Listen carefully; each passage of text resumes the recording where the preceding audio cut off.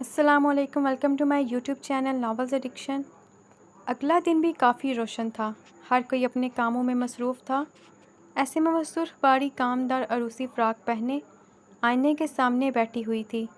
کچھ لڑکیاں اسے تیار کر رہی تھیں، مگر وہ سب غائب دماغی سے دیکھ رہی تھی۔ کچھ گھنٹوں بعد اس کا نکاح ہو جانا تھا کبیر سے، اور پھر بارات، پھر وہی اذیت جو وہ کسی صورت نہیں چاہتی تھی۔ آسمانی رنگ کے نفیس فراق میں ملبوس آئے نور اس کے پاس کھڑی تھی، بال کھول رکھے تھے، خوبصورت چہرے پر پریشانی تھی، دکھ تھا۔ جبکہ 1 بج رہا تھا اب، مگر مہیرہ نہیں آئی تھی۔ باقی سب لڑکیاں تیار سی اس کے کمرے میں تھی، کوئی اس کا سامان بند کر رہا تھا تو کوئی اس کی تعریف کر رہا تھا، کوئی اسے چھیڑ رہا تھا تو کوئی بتا رہا تھا کہ وہ کتنی خوش قسمت تھی جو گھر سے باہر نہیں جا رہی تھی۔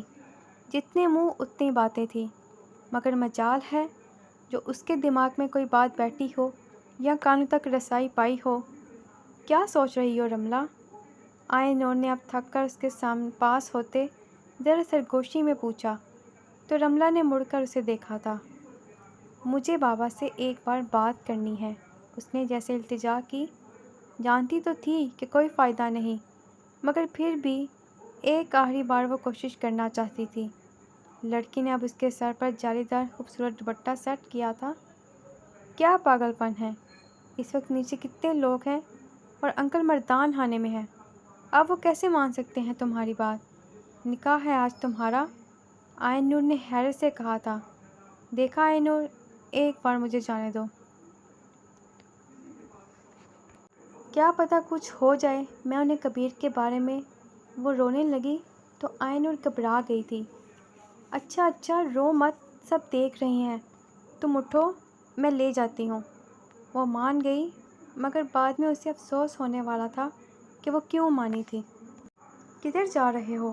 رمشا نے حیرت سے پوچھا، مگر وہ اسے لے کر باہر نکل چکی تھی۔ یہاں آنا منع ہے رملہ۔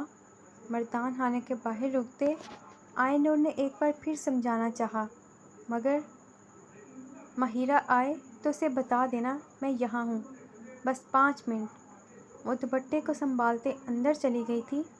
آئین نور کافی دیر ادھر ادھر کھڑی رہی۔ تو کیا وہ کسی اور کو پسند کرتی ہے؟ اس نے تم سے ایسا کچھ کہا تھا کبھی، یا ایسا کچھ بھی جو تم نے محسوس کیا ہو؟ وائٹ شلوار قمیص میں ملبوس حازم نے اب قدر اسپاٹ لہجے میں کہا، تو کبیر نے چونک کر اسے دیکھا۔ وہ دونوں اس وقت کبیر کے کمرے میں تھے۔ حازم کافی پریشان تھا رملہ کو لے کر جب ہی یہاں آیا تھا۔ یہ بات بھی ٹھیک تھی کہ اب یہ شادی کسی صورت نہیں رکنی چاہیے تھی، مگر وہ ایک بار بات کرنا چاہتا تھا۔ آج شاید ہو سکتا ہے وہ ایک لڑکے سے 2-3 بار ملی ہے، لڑکے کو شاید تم، کیا بکواس ہے؟ حازم کا دماغ گھوم گیا۔ آخر اس بات کی اجازت کب تھی اس خاندان کے لڑکیوں کو؟ مجھے یقین نہیں ہے، مگر اس دن بھی وہ رات کو اس لڑکے کے ساتھ گھر آئی تھی۔ میں نے اسے کہا میرے ساتھ چلو، مگر اس لڑکے کے ساتھ۔ کبیر یہ سوچ ہی رہا تھا، سوچ کر بول رہا تھا کہ حازم یہ سن کر اس کی شادی قریب سے توڑنے کا سوچ بھی نہیں سکتا تھا، کیونکہ حازم کا کمرے میں آنا اسے ایک پل کو ڈرا گیا۔ وہ رملہ سے دستبردار اب ہرگز نہیں ہونا چاہتا تھا۔ تو یہ بات ہے، وہ سخت اشتعال میں کرسی کو لات مارتے کمرے سے نکل گیا تھا۔ اس کا رخ مردان خانے کی جانب تھا۔ وہ بھی آ کر بیٹھا ہی تھا کہ سرخ آنچل لیے اس کی بہن اندر داخل ہوئی تھی۔ اسے دیکھ کر حازم کو نئے سرے سے شدید غصہ آیا اس پر، تو وہ اس کے ناک کے نیچے یہ سب کر رہی تھی اور بے وجہ کبیر پر الزام لگا رہی تھی۔ اس کا دماغ سائیں سائیں کرنے لگا۔ باقی سب اس وقت یہاں گھر والے ہی تھے جو کسی اہم موضوع پر بات کر رہے تھے۔ اسے یہاں دیکھ کر حیرت زدہ ہوئے، جبکہ اس کی بات پر ساکت ہوتے۔ رملہ کدھر ہے؟ سفید رنگ کے خوبصورت فراق کو پہننے اس نے آج بالکل بال اسٹریٹ کر رکھے تھے۔ رمشا نے کندھے اچکائے جیسے وہ نہ جانتی ہو۔ آئین نور بھی کہیں نہیں تھی، شاید اپنے بابا سے بات کرنے گئی ہے، وہاں کسی لڑکی نے اونچی آواز میں کہا تھا۔ مہیرہ نے حیرت سے اسے دیکھا، پھر تیزی سے باہر نکلی تھی۔ دماغ درست ہے تمہارا؟ یہ کیا بکواس کر رہی ہو تم؟ تم جانتی بھی ہو کہ کیا کہہ رہی ہو؟ نکاح ہونے میں تھوڑا وقت بچا ہے اور تم انکار کر رہی ہو؟ شاہد جدیال غصے کی شدت سے داڑے تھے۔ میں ہرگز بھی اس عیاش اور گھٹیا انسان سے شادی نہیں کروں گی۔ اس کے لیے جو سزا دینی ہے دیں، مگر میں یہ شادی ہرگز نہیں کروں گی۔ تازہ پھولوں کے گجروں کو کلائیوں سے نوچ کر اتارتے، بے دردی سے پھینکتے، رملہ سارا خوف بلائے طاق رکھتے شدت سے چلاتے، حویلی کے مردوں کو جیسے ایک بار پھر ساکت کر گئی تھی۔ حویلی کی عورتیں مردان خانے میں نہیں آتی تھیں۔ پہلے تو اس نے یہاں آنے کی غلطی کی، اور پھر نکاح کے عین دن وہ نکاح سے انکاری ہوتی۔ نام نہاد غیرت جگا گئی تھی۔ اس نے تو آرام سے انہیں کہا تھا، مگر وہ سب اپنی بات کے پکے تھے شاید، مگر تھی تو وہ بھی ان کا ہی خون۔ تم میں اتنی ہمت آ گئی ہے کہ اب تم باپ کے سامنے کھڑے ہو اس کے فیصلے سے انکار کر رہی ہو؟ کیا تم اس کا انجام نہیں جانتی؟ شاہد جدیال ایک دم اس کی جانب بڑھتے، حیرت و غصے سے گھرائے تھے۔ باہر خاندان جمع تھا اور وہ نکاح سے انکاری تھی۔ انہیں پہلے ہی اس بات کا ڈر تھا، مگر ان کو لگا کہ حازم سرحان کے ڈر کی وجہ سے وہ کچھ نہیں کر پائے گی، مگر ایسا کچھ نہیں ہوا۔ کاظم جدیال نے قہر آلود نگاہوں سے اسے دیکھا، جو ان کے سامنے کھڑے ان کے بیٹے کی تذلیل کر رہی تھی، جبکہ حازم سرحان سرد نگاہوں سے اسے دیکھ رہا تھا۔ اسے یقین تھا وہ ایسا کرے گی، اور کبیر کی بات نے جیسے تصدیق کر دی تو وہ سچ میں کسی لڑکے کی وجہ سے خاندان سے بغاوت کرنے چلی تھی۔ غصے کے باعث رنگت شدید سرخ ہو چکی تھی، دونوں مٹھیوں کو شدت سے بھینچے وہ ہنوز اسے سرد نگاہوں سے دیکھ رہا تھا کہ ہاں جو بھی کہہ لیں، مگر میں اس گھٹیا انسان سے نکاح چٹا منہ پر پڑنے والے تھپڑ نے باقی کے الفاظ لبوں میں ہی کہیں دبا دیے۔ بال چہرے پر بکھرے اور ہاتھ بے ساختہ گال پر گیا۔ وہ لڑکھڑائی تھی، مگر گرنے سے پہلے حازم نے اس کا دونوں بازو کو پکڑتے اس کا رخ اپنی جانب کیا۔ رملہ نے بمشکل گھومتے سر کے ساتھ اس کو دیکھا، نہ جانے وہ کب اس کے سامنے آ گیا تھا۔ سر آنکھوں میں پہلے سے بھی زیادہ خوف ڈر آیا۔ وہ تو کسی کا لحاظ نہیں کرتا تھا، تو اس کا کیسے کر لیتا؟ تو تم نکاح نہیں کرو گی؟